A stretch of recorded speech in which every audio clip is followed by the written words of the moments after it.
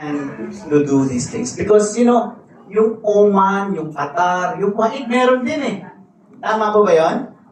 Amen. And sadly, again, sabi po dun sa news this coming Tuesday, meron, grabe, we will pray for these things. So, sabi ko, in our life din, kung minsan unexpected, may dumarating din mga bagyo. Tama po ba yun?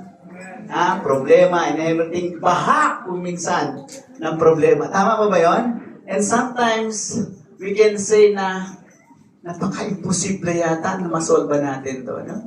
Amen po ba yun? Amen po ba? Napaka-imposible yata. Yung biglang dumating na, hindi mo na alam kung anong gagawin natin and everything. Lord, napaka-imposible po ito. But praise God, mga kapatid, because we have a God po. A God who make the impossible possible po sa atin upang yung mga problema natin ay malagpasan po natin. Amen po ba? Amen. Are you with me? Amen po ba? Amen. We are blessed po because we have a God po who can make the impossible possible po sa buhay po natin. Amen? And that is our purpose tonight, to give praise, to give glory doon po sa the God, our God po, who make the impossible possible in our lives. Amen? Amen. Amen. So, muli mga kapatid, I'm inviting everyone, okay? Focus mo tayo. It will just be a simple message. Okay, tatiming ko rin yung oras ko kasi nga, minsan napapasarap din. And before we proceed, again, I would like everyone to let us all stand and again, entrust to God our message tonight. Hallelujah. Jesus' name. Let us pray. Let us bow our heads and pray. Our God in heaven, the Lord of all lords, the King of all kings, we glorify you, O Lord God. Hallelujah. Your name, O Lord God, in Jesus' name. Lord, tunay nga po, Panginoon, salamat, Lord God, sa pagkakataon, mga Panginoon, na muli. Kami nga po, Lord God, ang bawat isa nga po, Lord God, ay muli mo, Lord God, itinako sa lugarang ito, Panginoon. Lord God, for us to praise you, to glorify you, to hear your words, Lord God. For truly, Father God, your word is a lamp unto our feet, a light unto our path. Lord, as we humble ourselves unto you, Lord God, Lord, may you empty our hearts, Lord God, with all of our sins, with all our transgressions, Lord God, in Jesus' name. And may you fill it, Lord God, with your words, Lord God. Hallelujah. In Jesus' name. And may you help us also, Lord God, that as we receive your words, Lord God, that, Lord, ang mga salita mo ito, Lord God, ay amin nga po, Lord God. Hallelujah. May practice, may magawa, O Panginoon, Lord God, for you to be glorified, Lord God. And Lord, to thy servant, less of me, more of you, may you grant thy servant, Lord God, the clarity, the conviction of Panginoon. Lord, the anointing, Panginoon, to preach your word. Lord, for your glory alone, Lord God. Let me just be a vessel, Lord God, of your word, of your blessings, O Panginoon.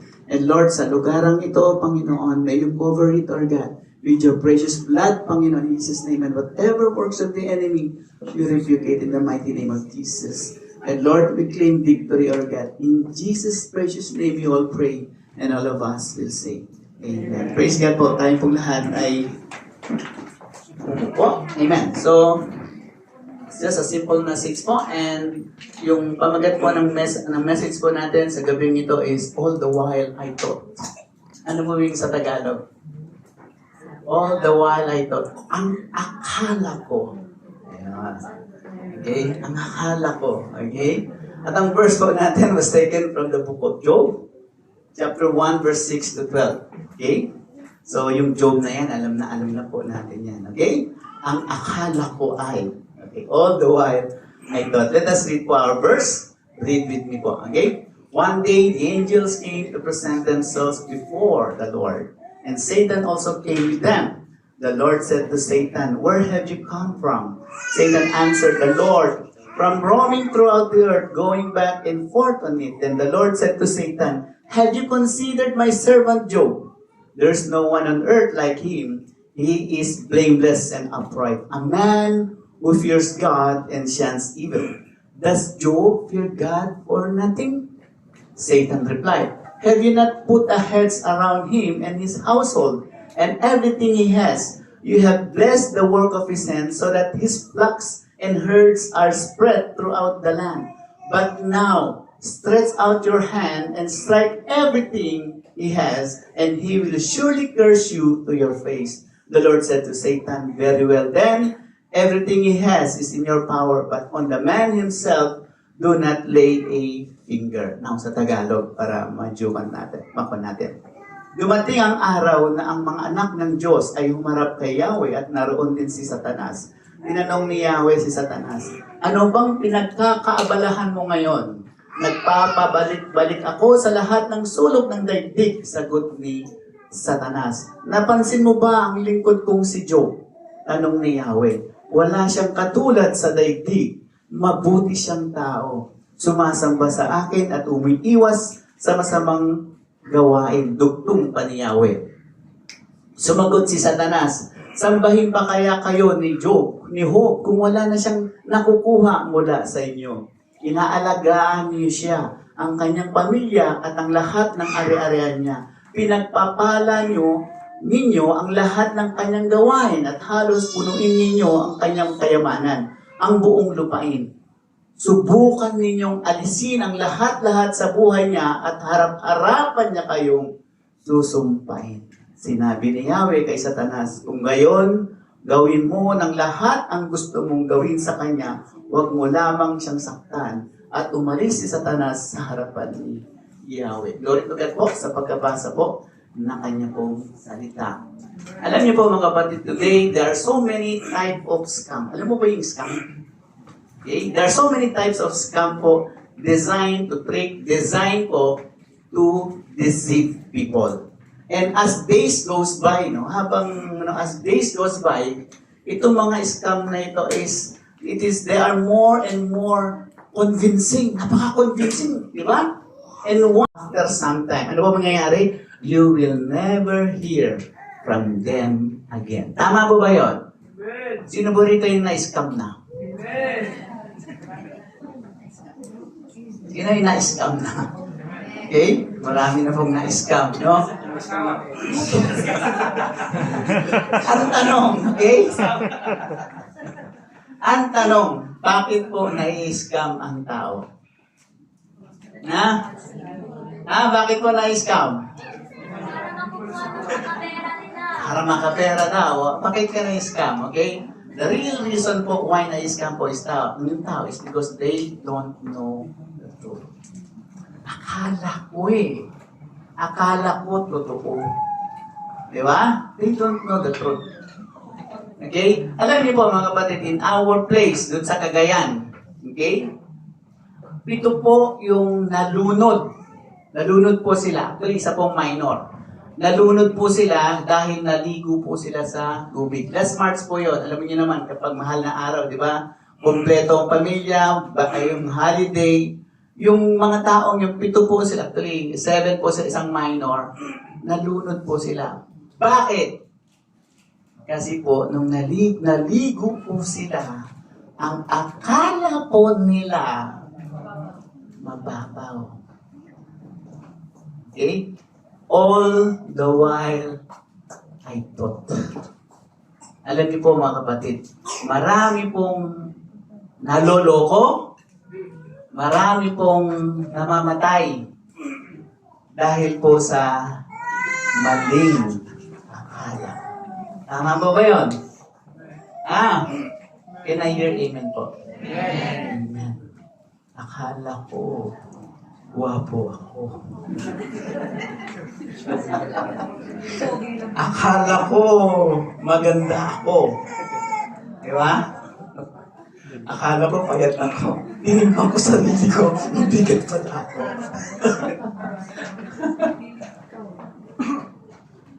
Amen. Akala ko, ligtas na ako. Akala ko, sa langit na ako kasi mabait naman ako eh. Akala ko, Kristiyano na ako kasi nag-church naman ako. Nagpabaptize na nga ako eh. Akala ko, anak na ako ni Lord. The question is, ito po, if you're really claiming that you are a child of God, ito pa yung magandang tanong. Does the Spirit of God po ba testifying that you are a child of God?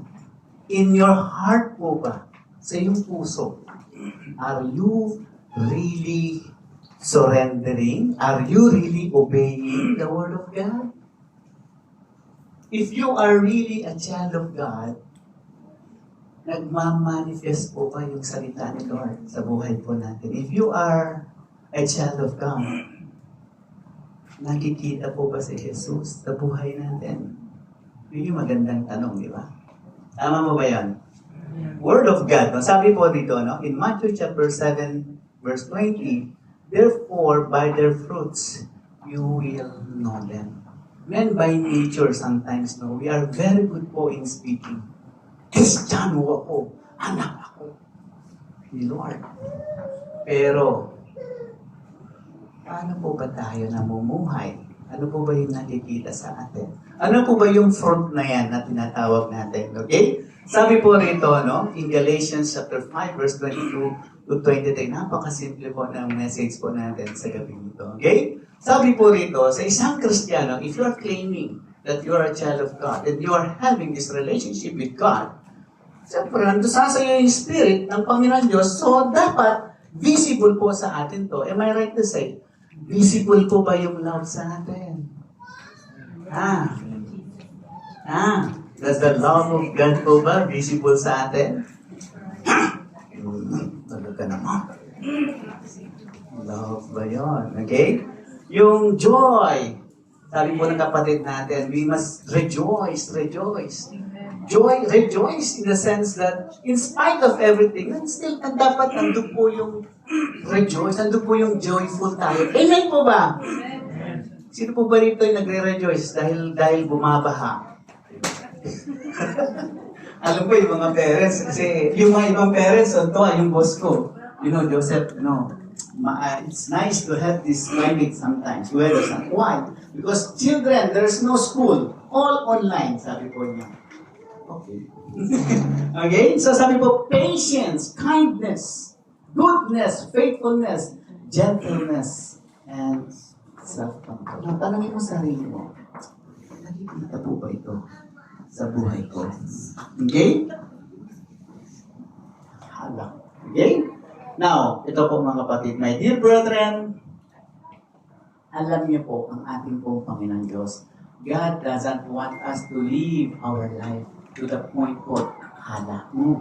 Ulitin ko, no? Ang ating pong Panginoong Diyos, He doesn't want us, Christians, na anak ni Lord, He doesn't want us to live our life na nakabase sa akala ko, ganito, no.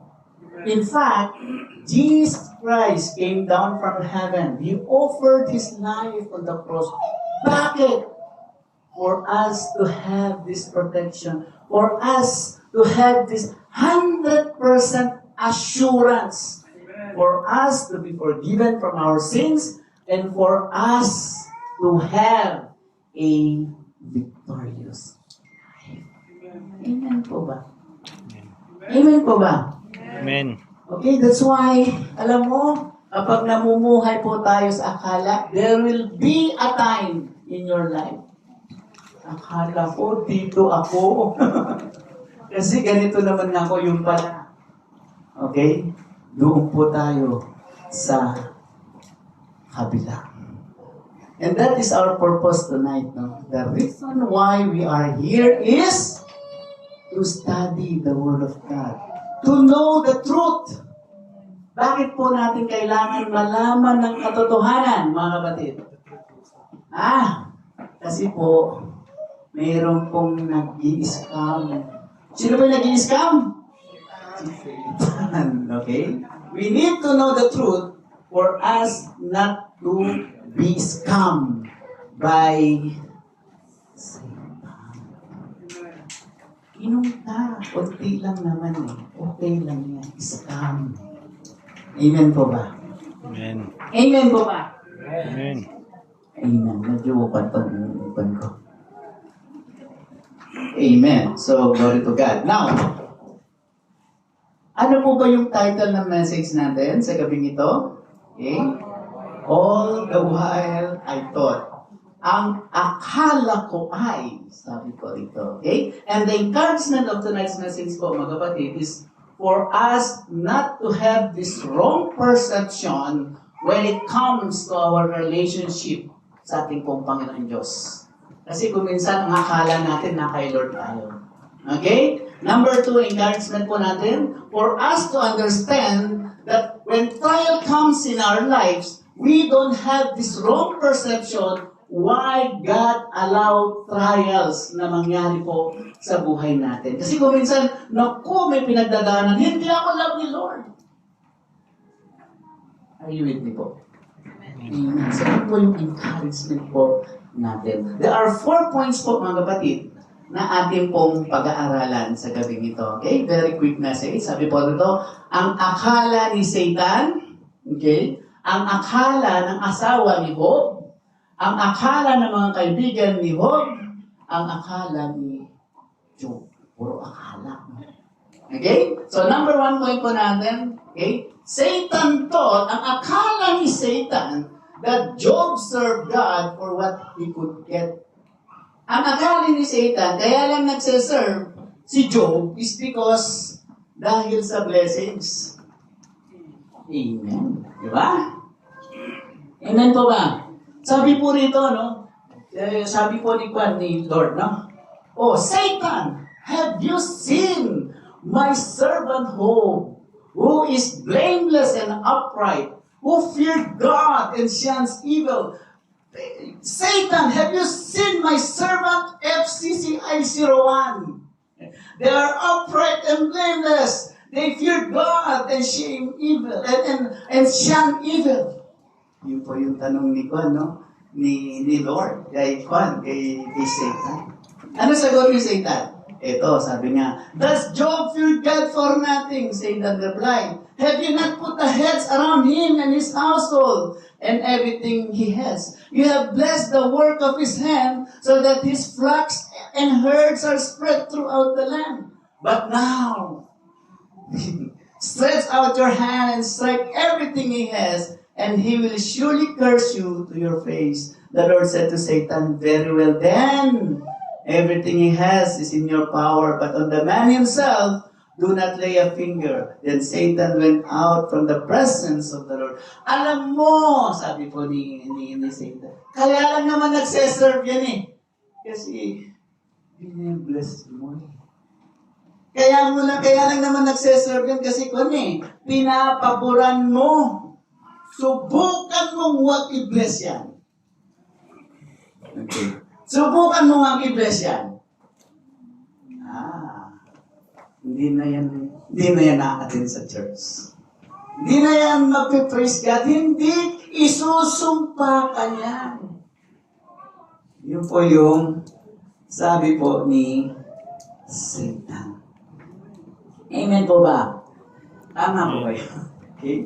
Tanong po mga kapatid, why are we serving God? Are we serving God po ba? Because of what we could get? Kaya po ba tayo nagsiserve? Dahil sa blessings? No.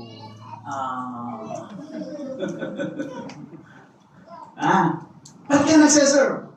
Alam mo, Pastor, kapag nagsiserve ka kasi, of course, yung blessings ni Lord, yung favor ni Lord, nasa iyo. Kaya nagsiserve ako. Okay? Tama. Pero paano naman si Job? Si Job, di ba? His faith was with God. He was serving God. Pero, bakit gano'n? Di ba? Seryoso tayo. Bakit gano'n? Paano naman yun? Sabi nga nila, Pastor, what you reap is what you sow. When you do good things, when you serve, when you do good things, of course, you will harvest good. Di ba, Pastor? Tama po yun. That is correct. No question on those things. But, we must understand po, mga kapatid, na hindi po sa lahat ng oras na kapag gumagawa ka ng maganda, nagsaserve ka, hindi po sa lahat ng oras na maganda rin po yung bunga. Bakit? Why? Because there will always be testing. May testing po. Di po ba? Yan 16:33, no? In this world, there is trials. Tinetest din po tayo. Amen po ba? Amen? Now, tanong ko po ulit. Bakit po tayo nagseserve? Dahil mahal na Kuya Glenn, ba't nagseserve Kuya Glenn? Ha? Acknowledge God. Amen. Di ba? Eugene, why we are serving God? To glorify. Ano pa? Sino ba yung... si Kuya Raymond, di ko nakikita. Kuya Raymond, why are you serving God? Ha? Because apart from the Lord, We are nothing. We serve God. Ano pa? Asawa ko, why are you serving God? Ha? Because of love. Amen. Ano pa? Why are we serving God? Liza. Why are we serving God? Out of? Ha? Praise. Okay? Out of gratitude. Di ba? Tama ba yun? To thank Him. Okay? Ate Sarah, bakit tayo nagtatrabaho, Ate Sarah? Bakit tayo nagtatrabaho? Para makakuha ng sahod. Di ba? Tama ba yun? Okay. Ate Madi. Okay. Why are you obeying your parents? At mo ino-obey si mama, papa? Kasi kapag di nag-o-obey, walang baon, di ba? Kung di nag-o-obey, grounded, papaluin. Tama po ba yun? Amen po ba? Amen. Now, understand this mga kapatid. Most people po, when we serve, when we do something, no? We wanted, gusto po natin, we want to receive something. We want to get something. And sometimes, we serve, why? Because nandun po yung takot din natin. Tama po ba yun? Pero si Job kasi, mahal po niya ang ating pong Panginoon Diyos. Amen. Reason why, kahit po tanggalin lahat ni Satan, yung mga blessings na yon, Job will still serve God. When a person love God po mga kapatid, gagantimpalain mo, huwag mong gantimpalaan. Tatakutin mo, huwag mong tatakutin. Magseserve ba yan kay Lord kapag yung taong yan is mahal niya si Lord? Of course. Why? Kasi po, mahal niya ang Panginoong Diyos. Amen po ba? The word of Paul, sabi niya, the love of God compels me to do the ministry. Sabi po doon. Alam niyo po mga kapatid, when we do what we do because of love, alam niyo po yun, that is the greatest motivation in serving God. Yes, alam niyo, maybe some people will say, sige, mag-praise God ka. Magsimba ka. Kainin mo yung praise God mo na yan. Kainin mo yung Diyos mo na yan. Ganun siguro kung minsan yung naririnig natin. But you know what?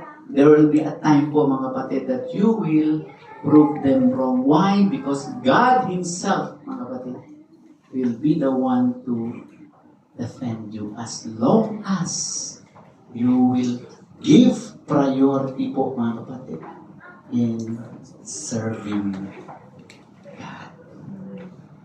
Satan thought, ang akala ni Satanas, kaya po nagseserve si Job, mga kapatid, was because of blessings. And you know what? I praise God po for the life of our brethren here in FCCI 01. Alam niyo, yung mga ibang kapatiran natin dito, bugbog na sa problema. Bugbaha na po sa problema. Kararating pa lang ng isa, ito na naman yung problema nila. From work, still, they are serving. Yung finances po nila, grabe. But still, they are giving. Okay? Bakit kaya nagseserve itong mga ito? Ganon na lamang yung pagseserve nila. I know everyone po. Grabe po sa ministry itong mga to. Minsan, yung anak nila, gano'n, I praise is done. Ewan ko, nagpapatulog o... Why is it that they're doing these things? Like a pastor girl, I don't believe only one reason po. Because they are serving God because they love God. Amen. Amen. So, ang akala ni Satan, kaya lang nagseserve ang FCCI 01 is because of blessing. Mali si Satan. We serve God because we love God. Amen po? Number 2. Okay? Okay, sabi po rito in James 1:12, no? Napakaganda, sabi niya, pinagpala ang taong nananatiling tapat sa kabila ng mga pagsubok sapagkat matapos niyang malampasan ang pagsubok, tatanggap siya ng gantimpala ng buhay na ipinangako ng Panginoon sa mga umibig sa Kanya. Napakaganda, no? May pinangako pala si Lord sa atin. Okay? Amen? So, number 2 point po natin, Mrs. Job, asawa ni Job. Mrs. Job thought that when Job lost all the materials and human resources, all was lost. Nung nawala po lahat kay Job, yung mga ararian niya and everything, ano ba yung sabi po ni Juan, ni Mrs. Job, yung asawa niya? Sabi po rito, his wife said to him, "Are you still maintaining your integrity?" There's God in tayo. Praise the Lord ka pa rin ba? Kita mo, wala na nga yung ararian mo and everything. Are you still praising God? There's God in tayo. Mamatay ka na. Ang akala po ni Mrs. Job, nung nawala pong lahat kay Job, yung mga ararian niya, okay, tapos na po lahat. Ano po ba yung nawala sa kanya? Okay? Si Job po, kung titingnan natin, mayaman po siya. Sabi po rito, no, in Job 1:3, and he owned 7,000 sheep, 3,000 camels, 500 yoke of oxen, 500 donkeys, and he had a large number of servants. He was the greatest man among all the people of the east. Mayaman po siya. 3,000 camels. Alam niyo po ba kung magkano isang camel? Sino nakakalam? Ang isang camel, alam niyo po ba kung magkano? Ang isang camel po, 200,000 dirhams. Times 3,000, ilan yan? Katirpulos. Di ba? Pero po, kayaman si Job. Okay, now, ano po ba yung unang nawala kay Job? Sabi po dito, okay, in Job chapter 14, verse 18, sabi po, a message came to Job and said, the oxen were plowing and donkeys were grazing nearby, and the Sabaeans attacked and made off with them. They put the servant to the sword, and I am the only one who has escaped to tell you. While he was still speaking, another messenger came and said, the fire of God fell from heaven and burned up the sheep and the servants, and I am the only one who has escaped to tell you. While he was still speaking, another messenger came and said, the Chaldeans formed 3 riding parties and swept down on your camels and made off with them. They put the servants to the sword, and I am the only one who has escaped. In short, nawalan po ng ari-arian, nawalan po ng kayamanan si Job. Magseserve pa rin ba o hindi? Tanggal sa trabaho, nawala ang business, magseserve pa rin o hindi? Alam niyo po mga kapatid, when it comes sa finances, naku, medyo kan tayo, no? Medyo, di ba? Ang mga partner natin, kuminsan, pagka-short na ng finances, nakakainit ng ulo yun. Tama po ba yun? Di ba? Nakaka-short. Lalo ngayon, kamahal na mga bilihin, di ba? Amen? When it comes sa finances, si Kuya Jen, when it comes sa finances, grabe po. Okay? Pero dito, no, sabi po natin, walang trabaho, walang pera, magsaserve o hindi? Yes, sir. Serve pa rin. Amen. Pangalawa, okay? Job 1:19. While he was still speaking, yet another messenger came and said, your sons and daughters were feasting and drinking wine at the oldest brother's house when suddenly a mighty wind swept in from the desert and struck the 4 corners of the house. It collapsed on them and they are dead. And I am the only one who escaped to tell you. In short, ano po nangyari? Namatayan po si Job.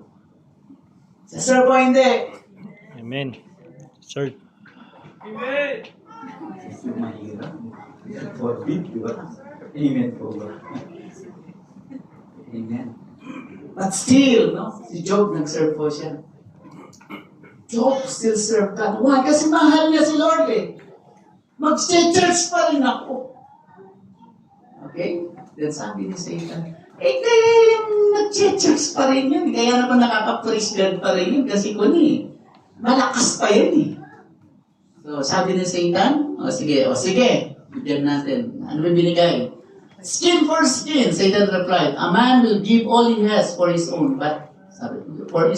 But now, stretch out your hand and strike his flesh and bone, and he will surely curse you to your face. The Lord said to Satan, very well then, he is in your hand, but you must spare his. Binigyan ng sakit po si Job. Ano po yung sakit niya? Okay. Sabi po doon, Job syndrome. Yung Job syndrome, sabi po doon, yung piksa. Maraming piksa. Hirap no? Maraming piksa. Diba? Isang piksa na lang tayo. Pastor, pasensya na. Ayaw ko sabihin piksa. May piksa. So ano po yung sabi po ni Juan? Ano po yung sabi ni Mrs. Since ganito yung nangyari sa'yo, wala nang pag-asa yan, kalas na yan. Sabi po doon. So sabi niya, curse God and die. Tanong ko po, why is it that inaalaw po ni Lord na bigyan tayo ng problema? Bakit po? Dahil mahal po ba niya tayo? Okay, why is it? James 1:2-4, alam po natin. Consider it pure joy, brethren, whenever you face trials, because you know the testing of your faith produces perseverance. Let perseverance continue its work so that you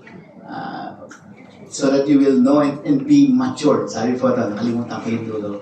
Bakit po kaya naalaw ni Lord yung what do you call this one? Yung trials buhay natin? Of course, not to same as for us to build our muscles. Kumbaga sa physical, di ba? Bakit po tayo binibigyan ni Lord ng problema? Bakit pa kaya? You know what? The reason why the enemy po, yung enemy natin sa Satan, the reason why the enemy wants the enemy to give us problem is because the enemy wants us, mga kapatid, to curse God. The enemy po, ang gusto po niya, the reason why inaalaw po, gustong-gusto po ni enemy, ni Satan, na bigyan po tayo ng problema is because ang aim po niya is for us po to curse God. Ang gusto po ni Satan, the reason why he allow problems po sa atin is because para maging bitter po tayo sa ating po Panginoon Diyos. Yan ba yung pinapraise God mo? Yan ba yung pinapraise mo? Hindi kami nangyayari sa magpe-praise ka pa rin pa. Ganyan na nga nangyayari sa'yo. Yun po ang dahilan. Okay? Kung bakit po nandun po yung palaging pagbibigay po ng kalaban ng mga problema. When all things are gone, are we still praising the Lord? Can I hear amen po? Amen. Okay. Now, understand these things, my dear brothers and sisters in Christ. Understand that whatever hardship we are in right now, we need to remain in the Lord. Why? Why is it that we need to remain in the Lord? Because God is still not finished po sa buhay po natin.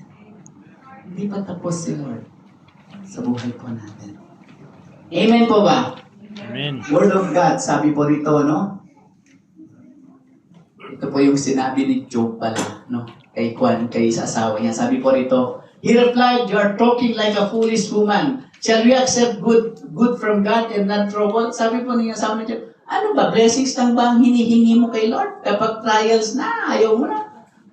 Sabi po ni Job, you also need to accept trials. Okay? Now, ito po yung gusto ko pong sabihin. Okay? Understand, my dear brothers and sisters in Christ, okay? Whatever situation you are in right now, probably umuulan, bumabaha pa rin ng problema sa buhay natin. Word of God says, no? Remain in the Lord. Remain. Sabi mo sa katabi mo, remain. Remain. Remain. Manatili ka, kapatid. Remain in the Lord. Okay? Remain in me as I also remain in you. No branch can bear fruit by itself. It must remain in the vine. Neither can you bear fruit. Ito po napakaganda. Neither you can bear fruit unless you remain in me. I'm the vine and you are the branches. If you remain in me and I in you, you will bear much fruit. We will only bear much fruit po, mga kapatid, if we will remain in the vine. Probably ngayon, di ka namumunga. Probably kasi you are in your life po na talaga naman binabaha or everything. But understand, sabi ko nga po, no, hindi pa tapos si Lord sa buhay mo. Okay? When you remain sa ating po Panginoon Diyos, sabi niya, you will bear much fruit. We need to remain. Why? Because apart from God, apart from Him, we cannot do anything. Amen. Amen? So yung pangalawang akala, mali na naman si Mrs. Job. Dahil ito mga babae na minsan, no? Si Mrs. ni Job yun. So number one, akala ni Satan na kaya lang nagsiserve si Job is because of blessings. No, mali, di ba? We serve God because we love God. Okay, number two po, sabi po doon, tapos na, kalas, no? We need to remain in the Lord. Number 3 point po natin, sabi nga, his friend thought that his sufferings were the result of sin. Ang akala po ng mga kaibigan ni Job, kaya po siya nakakaranas ng maraming problema was because of sin. May ginawa po si Job. Okay? Pero ano po sinabi ni Lord? Di ba? Doon sa Job 1:7, have you seen my servant Job? Di ba? Sabi po doon, he is blameless and upright. He feared God and shuns evil. Sabi po niya doon, di ba? Pero, itong mga kaibigan niya, akala po niya, okay, may kasalanan po si Job. Reason why nagkakaroon po siya dumadanas po siya ng maraming problema. Sabi po rito, in Job chapter 8 verse 13, so are the paths of all who forget God. Okay? And the hope of the hypocrite shall perish. Okay? Sabi po ng mga kwan, ng mga kasama ni Job, alam mo Job, magaling ka lang magsalita. Praise God ka, pa-church ka. Nag-serve ka raw kay Lord, pero alam mo, hypocrite ka eh. May kasalanan ka. Kaya ganyan yung nangyayari sa buhay mo. May kasama ba kayo? May nakilala ba kayong kwan? May friends ba kayong judgmental? Judgmental. Ha? Diba? So yung mga friends ko ni Job, judgmental. Kaya ka na ganyan eh, hypocrite ka. Sabi po yung mga friends ko ni Job. Diba? Now,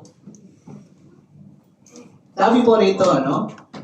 Mga kapatid, tama po ba ang dahilan kung bakit naghihirap po ang tao is because of sin? Am I right to say po that the reason why sometimes people suffer because of sin? Amen. Tama po ba yun? The reason why sometimes kaya nangyayari sa buhay po natin ito is kasi meron po tayong ginawang kasalanan. Jaywalking. Bakit ka nag-fine? Bakit ka nakulong? Kapag nakapatay ka? Of course, no?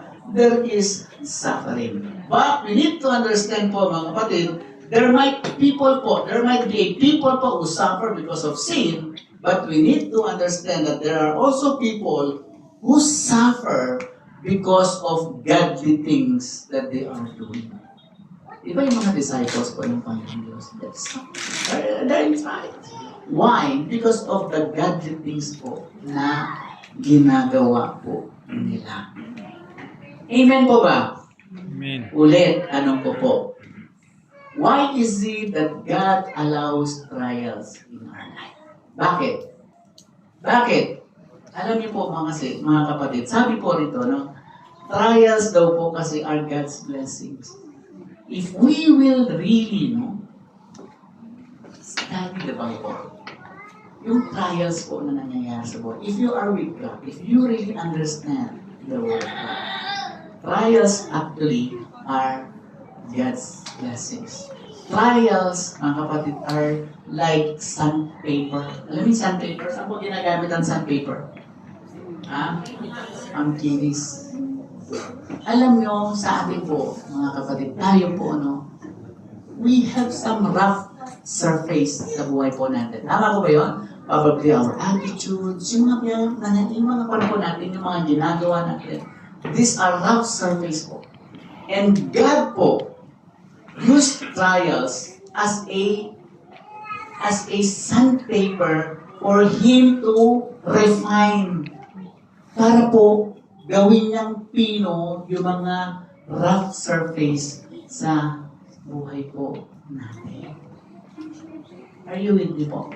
Amen. Kaya sabi po doon, ang totoong anak ni Lord, nakikita po yan kapag may pinagdadaanan. Amen po ba? Amen? Ulitin ko, Totoo hindi. Ang totoong anak ni Lord, nakikita po natin. Nakikita po yan kapag may pinagdadaan ng problema. Amen. Reason why God allows trials to happen in our lives, sabi po rito, But He knows the way that I take. When He has tested me, I will come forth as gold. God wants us, mga kapatid, to be like gold. Alam niyo po ba yung gold? How they make gold 24K? Yung para maging pure ang gold. Paano mo ba ginagawang pure yung gold? Di po ba dinadaanan nila ng apoy? Diba? For the impurities po, mga kapatid, ay maalis. Amen po ba? Ha? Amen? The plan of God po, okay? To us children is for us to be transformed. Actually, ang plano po ni Lord is hindi po, sorry to say, hindi po para tayo yumaman. Hindi po. Okay, masarap po maging mayaman. But the plan of God to us po is for us to be transformed. And trials po are God's way for us na ma-transform.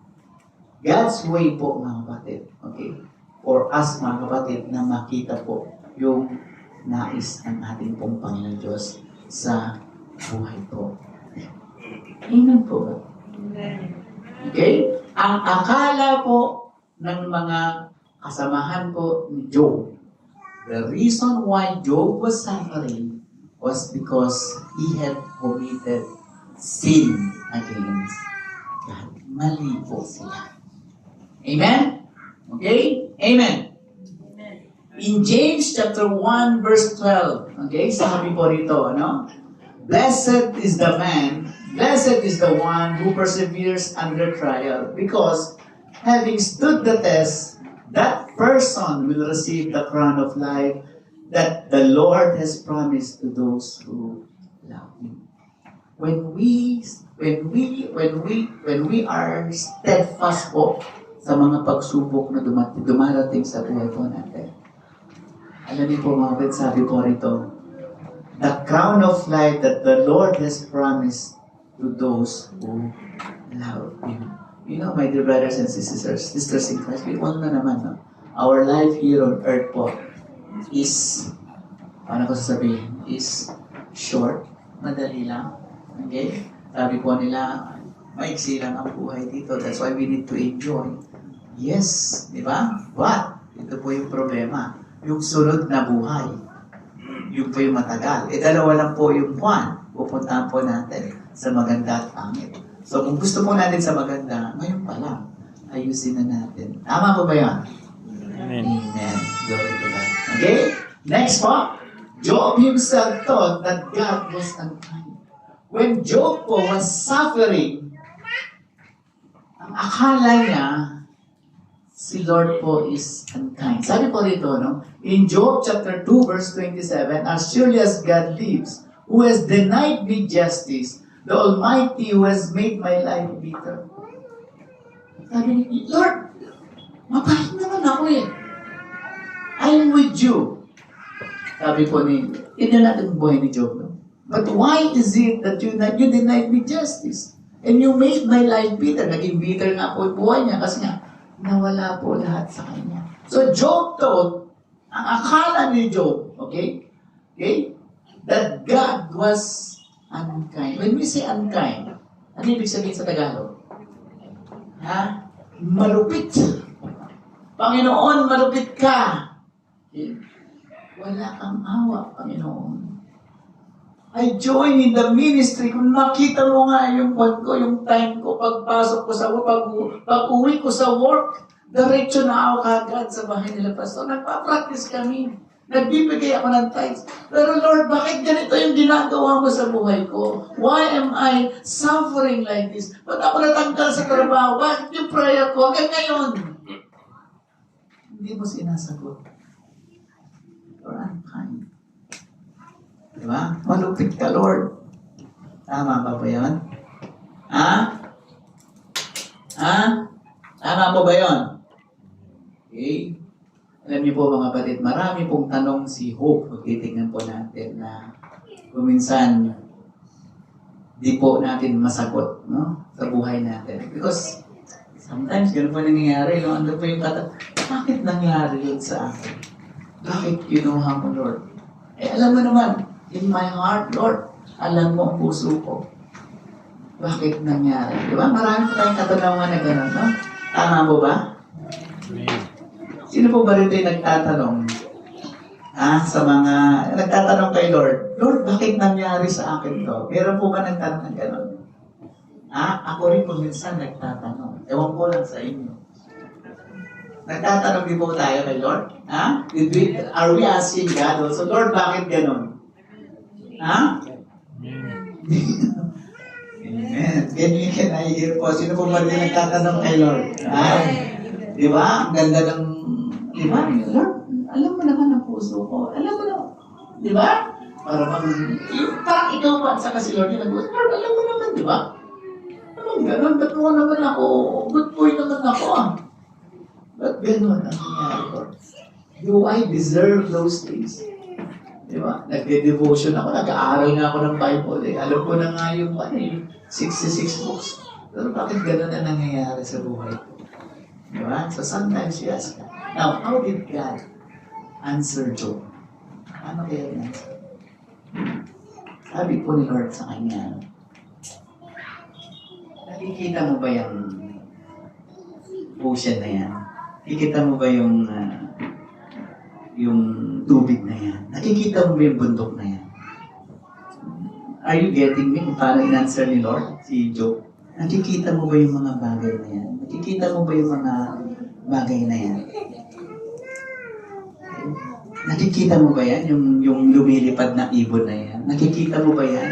Sabi po rito, sabi po sa last chapter ng Job, do you know when the mountain goats give birth? Do you watch when the doe bear her fawn?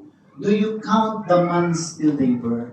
Do you know the time they give birth? They crouch down and bring forth their young. Their labor pains are ended. Their young thrive and grow strong in the wilds. In the wilds, they live and do not fatigue. Ano po ba yung ibig sabihin ni Lord dito? God shows, mga kapatid, yung creation niya. Okay? Alam mo ba yan? Alam mo ba yung buwan na yan? Alam mo ba kung bakit yung mga planets na yan is umiikot dito sa sun? Alam mo ba? Si Job po is namakap. So ano po ba yung gustong sabihin ni Lord? The Lord God says, I am powerful. Nakapangyarihan. My thoughts are higher than yours. So, since God says these things, ano po ba yung gustong ipahiwatig na po sa atin? Yes, may nangyayari po sa buhay natin. Minsan nandun po yung pagtatanong natin. But what God is saying po ito, mga kapatid, is to trust.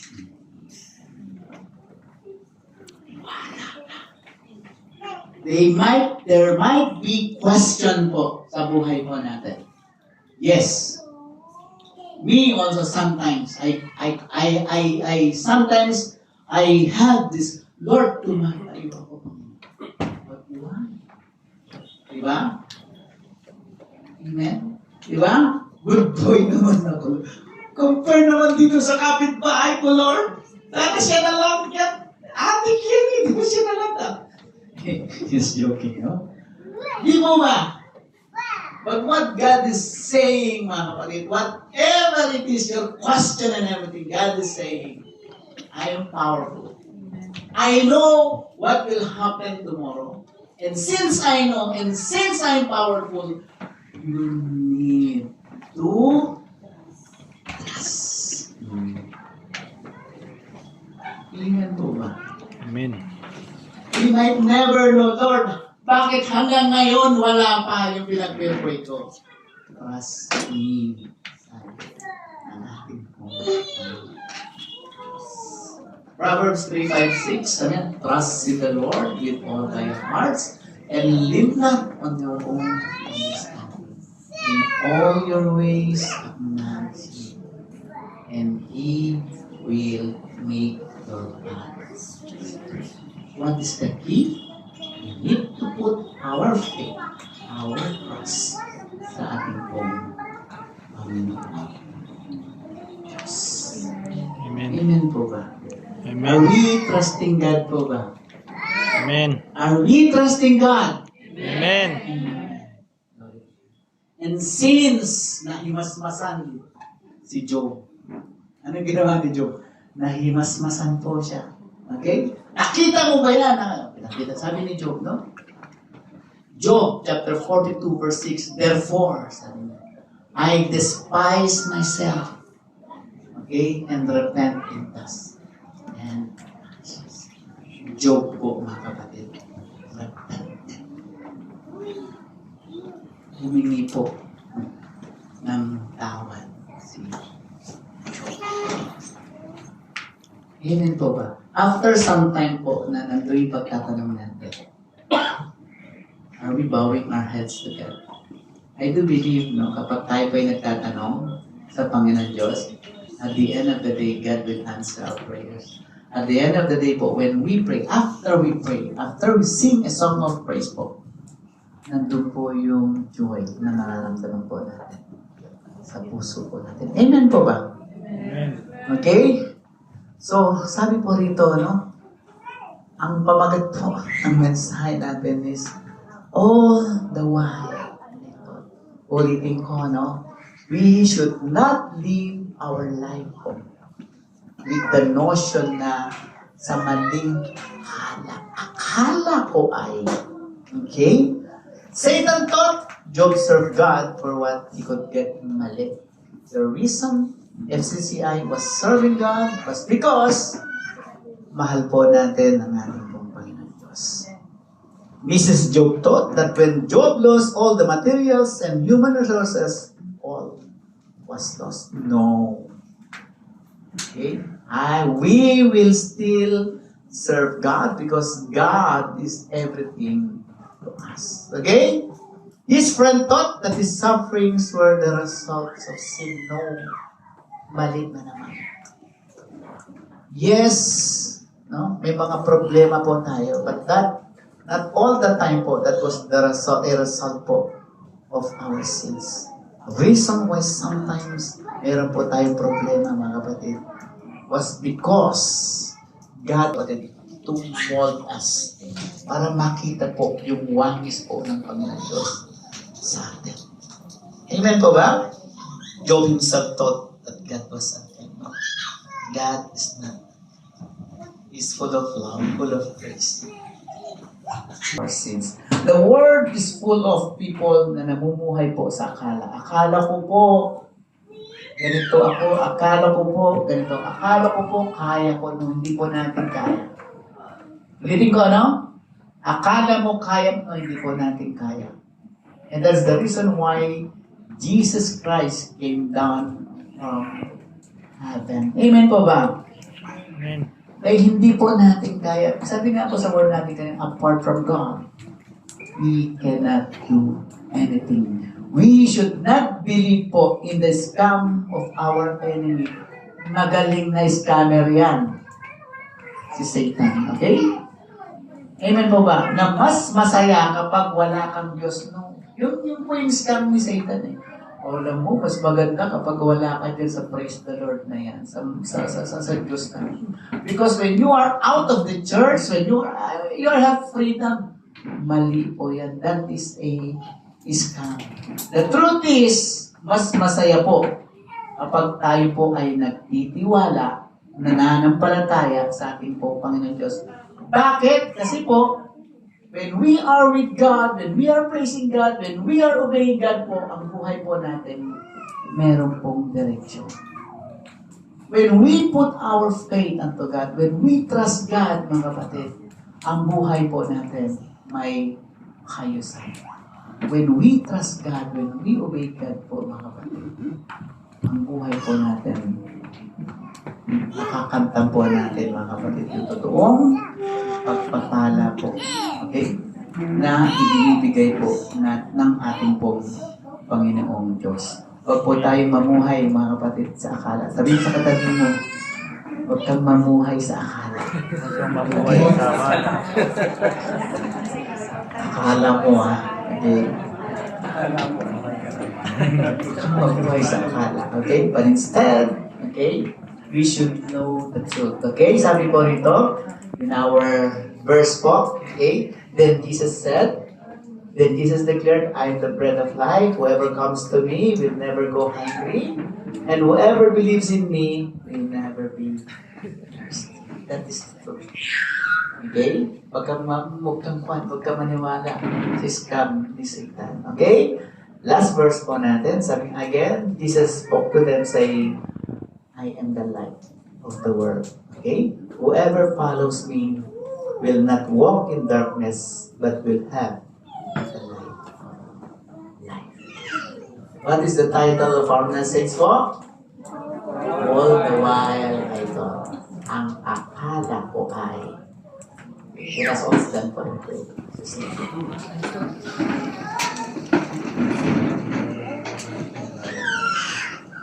And with this po, I'm inviting everyone. Let us all pause po. Hallelujah. As we hear the word of God tonight, pray to God. But pray po natin, Lord, may this word, Panginoon, be in my heart. And yes, totoo. Declare it in your heart.